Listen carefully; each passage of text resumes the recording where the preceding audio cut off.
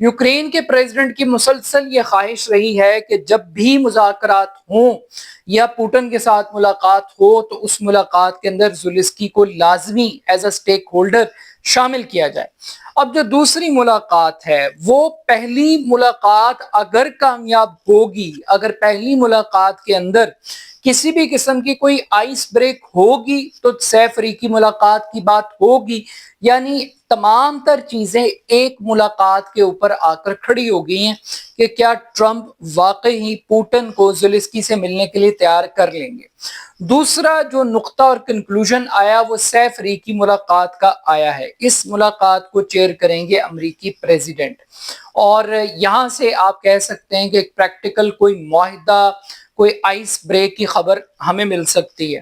تیسری امپورٹنٹ بات، ٹرمپ کی اسٹریٹجی کے اندر ایک تبدیلی ہے، اور یہ تبدیلی یورپ کے لیے بھی ایک خوف کی علامت ہے، یوکرین کے لیے بھی ہے۔ یوکرین اور یورپ یہ ہمیشہ ایک مطالبہ کرتے آئے ہیں کہ جب بھی امن مذاکرات ہوں، کسی معاہدے کی بات کی جائے تو اس سے پہلے جنگ بندی کی جائے، یعنی سیز فائر کیا جائے اور اس کے بعد پھر ایک پیس ٹاکس کا دور شروع ہو۔ اس بات کو روس نے کبھی قبول نہیں کیا، روس ہمیشہ اس بات کا انکار کرتا ہے، اور ٹرمپ نے بھی اس بات کو اسٹیبلش کر دیا ہے کہ جنگ بندی نہیں ہوگی، جب بھی ہوگا ڈائریکٹ امن کا معاہدہ ہوگا، یعنی مکمل جنگ کا خاتمہ ہوگا۔ اس دوران جنگ کو روکنے کی کوئی کوشش نہیں کی جائے گی، اور یہی رویے میں ایک تبدیلی زیلنسکی کے بھی نوٹ کی گئی کہ زیلنسکی نے بھی اس بات پر ایمفیسائز نہیں کیا جو ماضی میں وہ کرتے آئے ہیں کہ نہیں پہلے آپ جنگ بندی کریں اور پھر اس کے بعد مذاکرات کریں۔ تو اب ایک نئی چیز آ گئی ہے کہ جنگ چلتی رہے گی اور مذاکرات کا سلسلہ بھی آگے بڑھتا رہے گا۔ یہاں پر یہ بات بھی قابل غور ہے، کچھ میڈیا رپورٹس میں دعویٰ کیا گیا کہ 40 منٹ کی ٹیلی فونک کنورسیشن ہوئی ہے پوٹن کے ساتھ، اور پوٹن کو بھی اس پوری داد کے بارے میں، اس پوری رویداد سنائی گئی ہے کہ کل کی میٹنگ کے اندر کیا کچھ ہوا۔ ایک اہم بات جو زیر غور رہی یورپی ممالک کے لیے بھی اور یوکرین کے لیے بھی، وہ سیکیورٹی ضمانت تھی، اور زیلنسکی یہ چاہتے تھے کہ امریکہ ایک سیکیورٹی ضمانت دے کہ کسی بھی قیمت پر کل کو اگر روس حملہ کرتا ہے تو یوکرین کا دفاع امریکہ کرے گا۔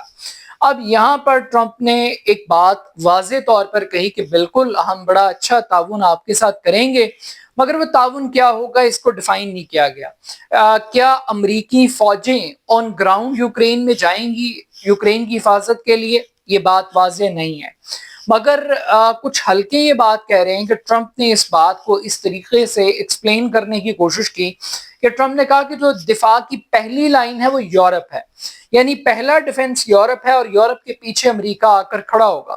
پھر کچھ حلقے یہ دعویٰ کر رہے ہیں کہ 90 ارب روپے کا سیکیورٹی پیکج وہ ڈیمانڈ کیا گیا ہے یوکرین کی جانب سے۔ اب 90 ارب ڈالر ایک بہت بڑی اماؤنٹ ہے جو ڈیفنس کے نام پر مانگی جا رہی ہے۔ اب یہ اماؤنٹ نہیں ہے، بیسیکلی یہ ہمیں سمجھنا ہے، یہ بنیادی طور پر اسلحے کی ڈیمانڈ کی جا رہی ہے، میزائلز کی ڈیمانڈ کی جا رہی ہے، انٹیلیجنس کی ڈیمانڈ کی جا رہی ہے۔ تو یہ ویپنز ہیں، اگر اس پوری اماؤنٹ کو ہم ملا لیں تو یہ تقریباً 90 ارب ڈالر کی رقم بنتی ہے جو ڈیمانڈ کی جا رہی ہے امریکہ سے۔ اب کیا امریکہ 90 ارب ڈالر کا یہ سیکیورٹی پیکج وہ یوکرین کو دے سکتا ہے رشیا کے خلاف؟ اور اگر یہ پیکج دیا جاتا ہے یا اس قسم کی کوئی کمٹمنٹ کی جاتی ہے تو روس کا رسپانس کیا ہوگا؟ کیا روس اس بات کو ایڈمٹ کر لے گا، ایکسیپٹ کر لے گا کہ جناب اس کے مقابلے میں یوکرین کو اتنا بڑا سیکیورٹی پیکج دیا جائے جو کل کو روس کے لیے بھی ایک تھریٹ بن جائے؟ تو روس بھی اس کو کسی اور اینگل اور نگاہ سے دیکھے گا۔ مگر یہ بات بھی بہت زیادہ ایک ڈسکشن کا باعث ہے کہ پریکٹیکلی بات وہیں پر آ کر رکی ہوئی ہے کہ ٹرمپ کیا کمٹمنٹ کر کے آئے ہیں، ٹرمپ کس کے ساتھ کھڑے ہیں، کیا ٹرمپ نے اپنی پوزیشن کو تبدیل کر لیا؟ کیونکہ پہلے ٹرمپ پارٹی تھے، اب ٹرمپ اپنے آپ کو ایک ثالث کے طور پر پینٹ کر رہے ہیں۔ تو جب آپ ثالث بنتے ہیں تو پھر نہ آپ ایک فریق کی سائڈ لیتے ہیں نہ دوسرے کی سائڈ لیتے ہیں، آپ ایک نیوٹرل بات کرتے ہیں تاکہ آپ کی کریڈیبلٹی وہ برقرار رہے اور اسٹیبلش رہے۔ تو اب بنیادی طور پر وہ جنگ جو 3 سال پہلے شروع ہوئی، جس کے بارے میں ٹرمپ یہ کہہ چکے ہیں کہ اس جنگ کو ٹرمپ نے شروع نہیں کیا، یہ بائیڈن کی جنگ تھی، پھر انہوں نے اخبارات پہ بھی تنقید کی. انہوں نے کہا کہ کل اگر یہ خبر آ جائے نا کہ روس کو شکست ہو گئی، اس نے ہتھیار ڈال دیے، یوکرین کو اس کی زمین بھی مل گئی، بندے بھی مل گئے، سب کچھ مل گیا، یہ تب بھی یہ کہیں گے کہ یہ بہت برا ترین دن ہے، تب بھی یہ فیک نیوز اسی طریقے سے ان کے خلاف کام کرے گی. تو کیا یہ جو امن کا معاہدہ ہے یہ ہو پائے گا؟ اور اس کے ساتھ ساتھ ایک چیز بڑی اہم ہے، کیونکہ اس مذاکرات کا امپیکٹ صرف یورپ کے اوپر، امریکہ کے اوپر یا روس کے اوپر نہیں ہے، اس میں ہمارے خطے کا ایک بڑا ملک بھارت بھی شامل ہے، جس کو روس سے تیل اور اسلحہ خریدنے کی پاداش میں 50% ٹیرف اس پہ عائد کیا گیا ہے. اب پوٹن نے کل کال کی مودی کو، اور مودی کو بھی کانفیڈنس کے اندر لیا ہے، تو کچھ شیورٹیز کیا ٹرمپ کی جانب سے انڈیا کے حوالے سے بھی دی گئی ہیں؟ کیا انڈیا کو بھی کوئی سبز باغ دکھائے جا رہے ہیں کہ اس کے اوپر جو پابندیاں روس کے حوالے سے لگائی جا رہی تھی ان پابندیوں کو کسی لیول پر تبدیل کیا جا رہا ہے یا نہیں کیا جا رہا؟ تو ایک بہت بڑا کوسچن مارک ہوگا. But still at the end of the day کیا ٹرمپ کا جو درینہ خواب ہے، جو ان کی کمٹمنٹ ہے کہ وہ اس جنگ کو ختم کرنے کا کریڈٹ لیں گے، کیا وہ کر پائیں گے یا نہیں کر پائیں گے؟ یہ تو آنے والا وقت ہی بتائے گا. بہرحال دیکھتے ہیں کہ اگلی ملاقات کب ہوگی، کیسے ہوگی، کس ماحول کے اندر ہوگی، اور دونوں سائڈز کتنی فلیکسیبلٹی دکھائیں گے. اپنا فیڈ بیک مجھے ضرور دیجیے گا. میرے YouTube channel AR Khan official کو ضرور سبسکرائب کیجیے گا. بہت شکریہ. اللہ حافظ.